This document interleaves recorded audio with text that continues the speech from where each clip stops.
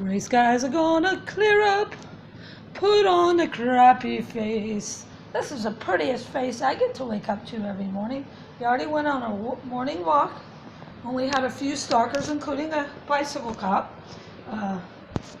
come up on us. And you know what? I was nice to the officer. I just said, "Hey, how you doing?" And he said, "How are you?" And I said, "You have a happy day." And he said, "Thank you, you too." So even though it wasn't much, hey, at least he wasn't completely hateful.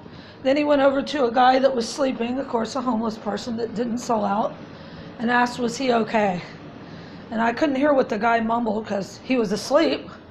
And then I just kept walking. When I came back, the police officer had gotten back on his bike, so that was kind of cool. The guy didn't get arrested, so hey, maybe that's the one cop that I asked for the other day to come out of hiding, because I believe that there's got to be at least one good cop that the Lord has planted, somehow gotten through the cracks and planted in there, that can lead some of the other ones that aren't completely zombified, sold out, lost their souls to Satan, that maybe that one will lead a few other ones that can be saved to Jesus. So anyway, I'm believing that police officer actually was a kind heart. So, maybe my prayer was answered. I wanted to say that God does answer prayers. He is with us, Targets, even though it seems like everybody and everything is against us. The Lord has done many things for me, like bring her back, not once, but twice. After my other dog got murdered and poisoned, I didn't know at that time that the neighbors had done it, because you don't think that somebody's that evil to poison a little harmless dog. The only reason they didn't get Beignet is because she's real picky and she won't just eat anything. And I believe they wrapped the rat poison in food and stuck it under a crack in my door, because he was never without me unless they were in the apartment. Back then I used to leave my dogs alone before this happened, and the Lord said, nope, they'll come in. I still didn't realize what was going on. I was just waking up when they did this, like completely awake. And so I left my dog with a friend of mine that needed a place to stay, so she stayed on my sofa. This was before my life was completely turned upside down. I'd already been falsely set up and a lot of other things, and my relationships and everything sabotaged, but I was still able to get a few apartments. However, they were all infiltrated by gang stalkers, witches, and Satanists. So that's why I'm kind of like bummed. I'm like, are there any places that I'm even going to be allowed to get?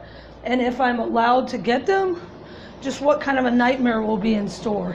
That's what made me say, just get your tents, Targets. But anyway, yeah, my friend, again, back then I didn't know that everybody had been turned against us. And she got drunk while I was gone and let the door open. Supposedly, this is her story. And Beignet got out. This was 5 months after my other dog was poisoned. She was missing that time for 24 hours. When I had finally been so exhausted because I had to bike everywhere, nobody would help me, nobody would drive me anywhere. Of course, I didn't have a car. 24 hours went by this time. It could have been closer to like 30 hours. It was over a full day. Hadn't slept. Finally just got on my knees, got off my bike, got on my knees on a sidewalk in New Orleans in front of somebody's doorstep, because they have like porches with steps that go up, and just prayed. And I said, Lord, I've already lost Chewy. Please bring her back. Lord, please bring Beignet back. As soon as I got up off my knees, the phone rang. Back then she had a tag, and the tag had the vet's number on it. It was 10 o'clock. The vet didn't open till 10.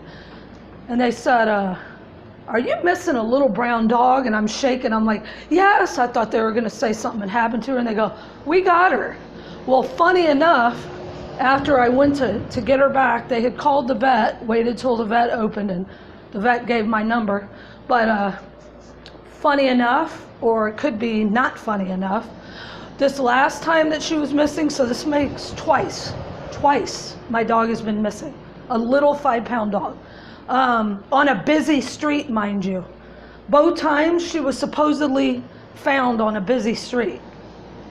close to the other street is what makes this weird. But the second time when I was mugged and she was missing for 12 hours, the people brought her to a bar, literally about 10 blocks from where the other bar, they happened to choose a bar to meet, right? And then a bar to bring her to. And the second bar was a bar that I don't go to. So it was very odd. And they put her on a chair, and nobody saw who brought her in or who left.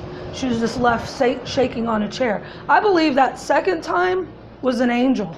But anyway, yeah, the Lord brought her back twice, and he told me that she goes up with me and to have no fear. But I still take her with me because I can't deal with it. Plus, she's my little sidekick. She's my best friend. Anyway, I wanted to document this. I told y'all that be on the lookout for mine are black SUVs, and then the second vehicle I get are black. I call them men in black cars. They're like the long 4-door cars. They're usually new. They're usually nice. And I said, watch out, because when you see a bunch of paper plates, if you're targeted, highly targeted like me, and you see paper plates, which I mean by that is not a paper plate you eat on. But yeah, I even said that in a video. We're fine china, TIs. The gang stalkers are soggy paper plates that need to be thrown out, like they say we need to be thrown out in the trash. What's good is bad and bad is good, right? So that's what they try to do. But the temporary plates, those are usually 9 times out of 10 gang stalkers. Every place that I ever go, within, I'm gonna say no more than 3 days. Definitely by the next day, if I stay a second day at a motel, the parking lot will be full of paper plates, and they're always black cars. So I'm gonna document this. You can see it's the same door I went out of. I'm in the same place. Here's the dove landed right there. When I prayed, Lord, are you with me? A dove landed right there one day, and then another day I was walking and a train honked. So that's kind of cool. It's also where they did that skit. The witches did the skit. Okay, I'm gonna be quiet.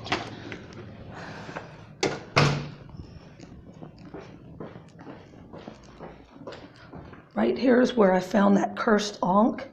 If this doesn't cut me off, I'm gonna try to find right now that I'm thinking about it, where I threw it. I knew it was cursed, so I threw it out. Right down here by these steps is where yesterday they left a stick, which I thought was a broom at first, but it was just a stick. The red hat on it, because I come out of this door. You have to come out of this door. So they wanted me to see it, and then once I'd seen it, it's gone. But here we go.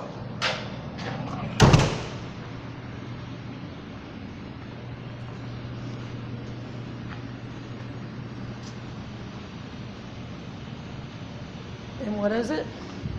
Freaking BMW. So these people get to drive their fancy car with paper plates. Look, here we go. Here comes another one following me as soon as I get out. Get to drive their fancy car with paper plates. I mean, it's 7 o'clock in the morning and there's nobody. This is a tiny little place.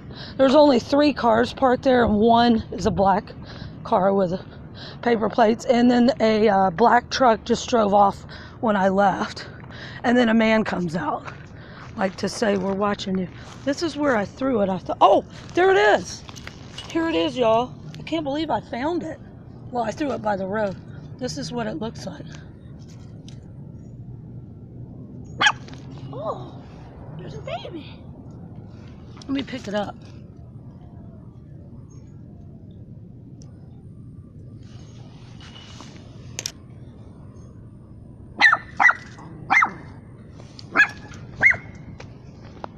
I don't know where that dog came from. Oh, we got a gang stalker. Let the dog out as soon as I mean, seriously? And look, yep, it's another gang stalker. See what I mean? And what's she doing? Throwing out the trash. Hey, I got it on video. See her? This is what they do. This is what these criminals, sellouts to Satan do. Harass innocent people. All day, every day. Hope it's worth your soul, gang stalkers. It's pathetic. It's really pathetic. Y'all see what I get? This is just walking out the door. I mean, this goes on all day for me. all day, no matter where. If I stop somewhere, like I'm walking and I need to get water out of my purse or just whatever to stop, someone comes out of their door every time, and they're always in red. You see the new game they've got going for me since somebody told me. I never knew what it meant.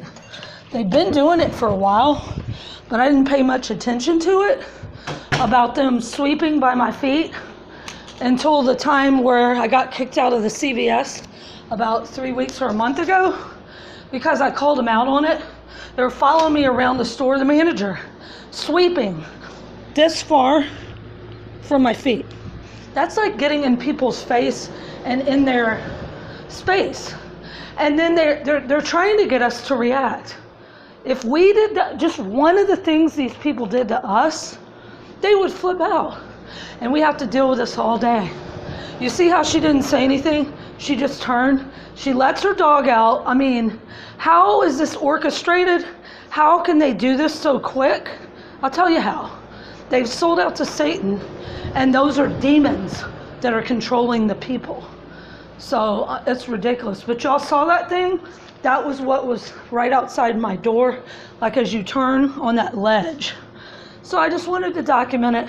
This goes on all day, no matter where I go. I have to walk, y'all. Most targets are blessed with being able to drive. They set me up. The cops did. They falsified documents. The arresting officer never showed.